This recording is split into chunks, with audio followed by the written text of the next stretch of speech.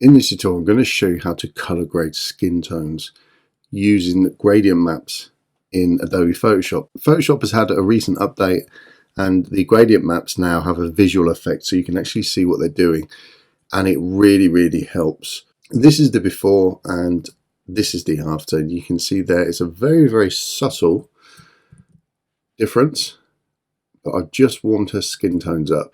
I've gone a little bit too far on this particular example there, but I'm going to perfect it showing you guys. So it's really simple and easy to do. I'm going to walk you through the process. So the first thing we want to do then is we want to basically select the skin tones. There are lots and lots of ways we can do this. You can use the quick selection tool, you can use lasso tools, you can do a lot of different things. What I'm going to do is show you how to use a particular setting up here. So I'm going to go to select and then color range, and within color range you'll see here it says select skin tones down at the bottom. Now by default yours will probably be sample colors, so you can click on the select skin tones and then move the fuzziness, and this will then help you select particular tones. Now the more brighter it is, the more skin tones we're going to select. Now the problem with this particular picture is if I just select OK, as you can see, she's got a lot going on with her skin and it matches the background there. So we can use the lasso tool or the quick selection tool, whatever you want. If you hold the Alt or Option key down, you can then select the areas that you don't want whilst using this lasso tool. So the reason why I'm showing you that way is because 9 times out of 10 that will be the easiest and quickest way to select someone's skin tones. But I haven't got an easy image to work on because I don't want to just select any easy image. I want to make it a little bit harder for myself. So I'm going to go to the quick selection tool and then I'm just going to refine it. So you can see here why I said using the quick selection tool is also an option and a lot easier. But if you've got multiple people and you've got people with different skin tones, then that tool is definitely going to be the best selection for you. So I'm just holding the Option key down just to give me a bit of a minus there. So that looks pretty good. Now this doesn't have to be perfect because we can sort this out later. Once you've made the selection on the skin, however which way you want to do it, like this, what we want to then do is we want to come over to our gradient tool. So your gradient tool is here, and you'll see that when you use this tool now you actually get a visualization of what's going on. So all I want you to do is click where the eyes are and then drag out. So the reason why I'm saying click on the eye is because that's the first thing you're going to look to in a portrait, so it's really important that the main selection is made there. Now as you can see here we can visually see what's going on with this gradient, which is really interesting, and it makes life a whole lot easier. So now what we want to do is just come up to the blend mode and I'm going to select soft light, and I'm just going to drop the opacity down to around about 60%.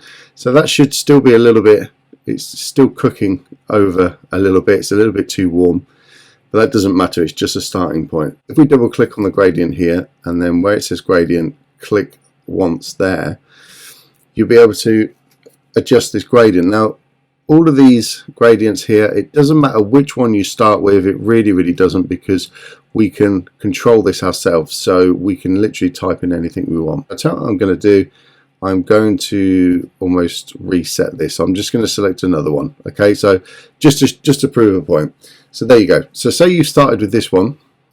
We want to come to the first color here, which is going to be our blacks, and you can see there's a little black there. And then click on where it says color, and now we can select any color we want. So most of the skin tones are going to be within this range here. So this very small window of sort of browns and yellows, so they're going to be the tones, and it's just about picking the right tones for the right skin tone. So we need to look at her original skin tone and take that into consideration. So the further left you go, you can see here you're taking the saturation out, and you can see the saturation here, this number here, and then the further you go in, the more saturation. The higher you go, the more brightness it is, and the lower you go, the less brightness. So then you get into these different tones here. So you can see here you've got HSB, so hue, saturation and brightness. Let's try and pick a nice skin tone. So I'm going to start around there. Now this is going to be the darkest color that we want within our skin tone, so we need to think about that. So I'm going to go down to here just to start with. Then I'm going to jump over to the end here and see this particular one over here. It's got like a purple, so to speak. So I'm going to click on there. You can see it, not a purple, a pink rather. If I click on that, you can see we're all the way up here. So like I said, we want to bring it right down to the bottom here, and this is going to be, let's have a look, we want this to be a lighter tone, I think. So let's just start with something around there, I'd say. That looks good. So now what we can do is we can click and we can add more of these squares. Every time we do that, what we're doing is we're transitioning one color into another. So if we say this is our darks here and then we want to brighten it up all the way, we then need to think about, okay, so this is our dark color here. Okay, so let's make that a little bit darker. What we then want to do when we come to this particular shade is we want to make sure that it is a little bit lighter, so we can bring it out a little bit or up. And the next one, let's do the same with that. It's a little bit higher there, and then the final one over here, we can even bring that all the way up to pure white if we want to. So then we're getting this nice transition. Now you can also see that this transition happens a lot at the top there. Down here it kind of goes dark, then medium for quite a bit, and then white. So what we can do is click here and just start dragging this around. So by doing that, it gives us more of a transition, and you can even pull the whites down up to here if you want to, and it will press it even more. So let's just move this up a little bit. About there, I think looks good.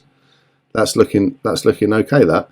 So if we then just say okay to that, we've now made that selection. If I go all the way to 100%, you can see what we've done. So if I just click on there, you can see, yeah, it's quite a big effect, isn't it? So the other thing that we can do, instead of using soft light, we can actually use linear light. So linear light is going to be really strong. It's just because it's the way the blend mode works. But what you can do is bring the opacity right down to almost between 1 and 2%, maybe even 3 or 4, depending on the skin tones that you've got and who the person is. Lighting, there's lots of different factors, but this is going to give you a linear look, so it's going to be a little bit more severe, but it can look really nice. So that's a really subtle kind of adjustment there.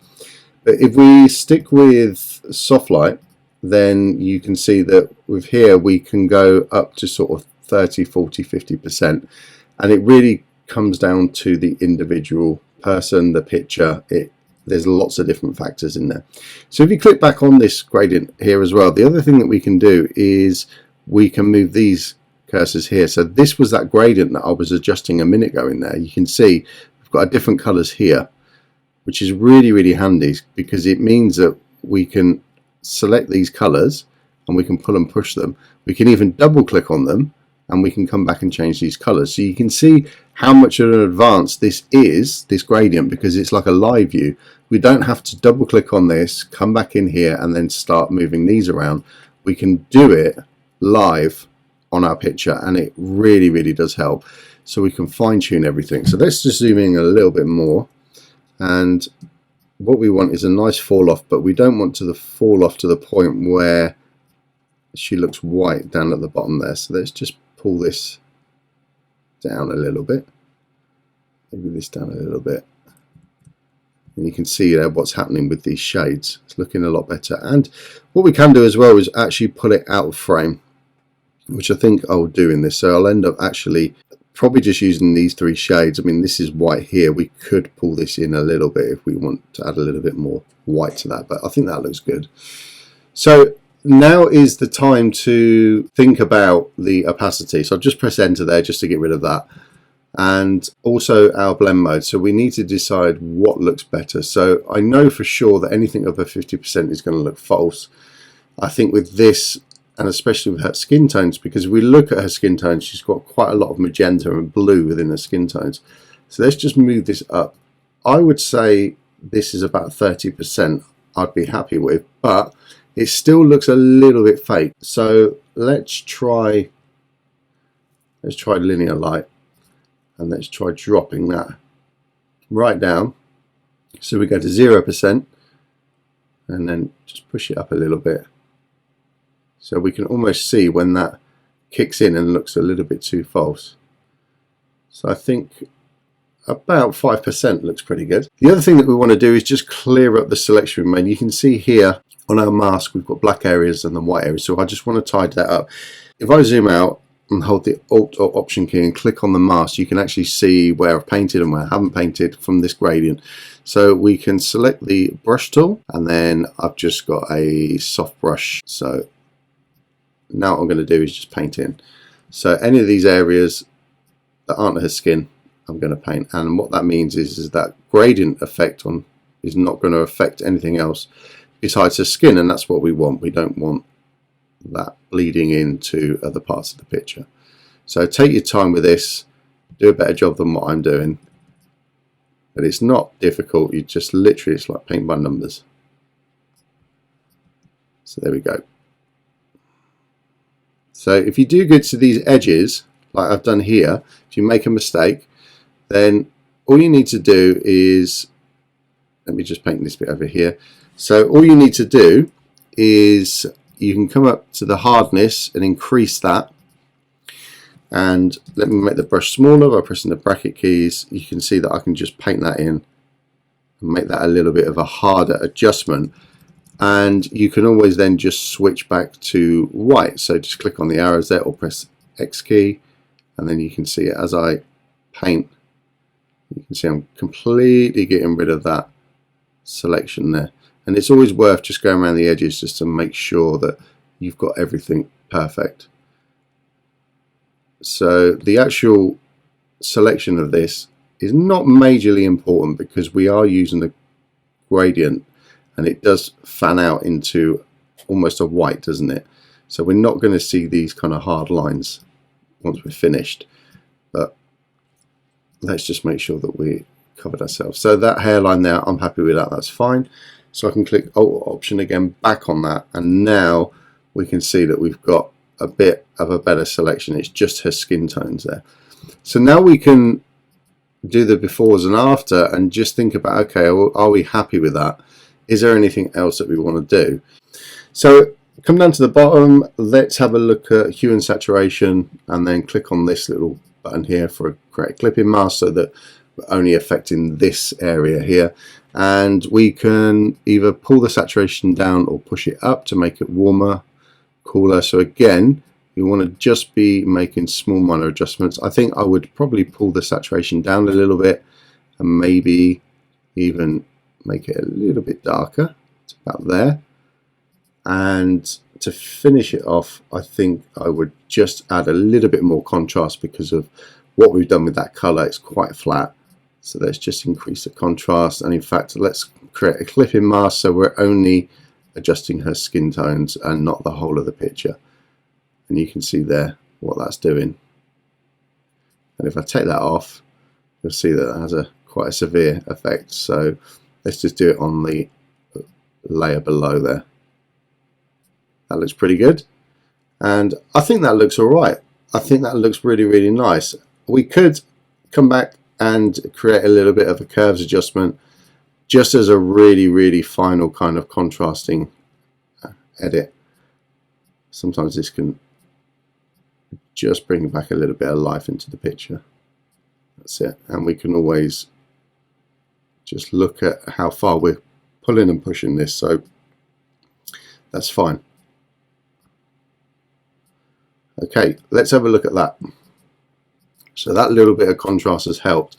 So when you add contrast using the curve tool, sometimes it's worth coming back to the hue and saturation and just putting a little bit of saturation back, because it will add a little bit more in there. So you can see it's very, very subtle, but if I look on her eyes, around her eyes and her face, you can see what that's doing. Okay, so I think that looks pretty nice actually. Let's just pull that back up. There we go.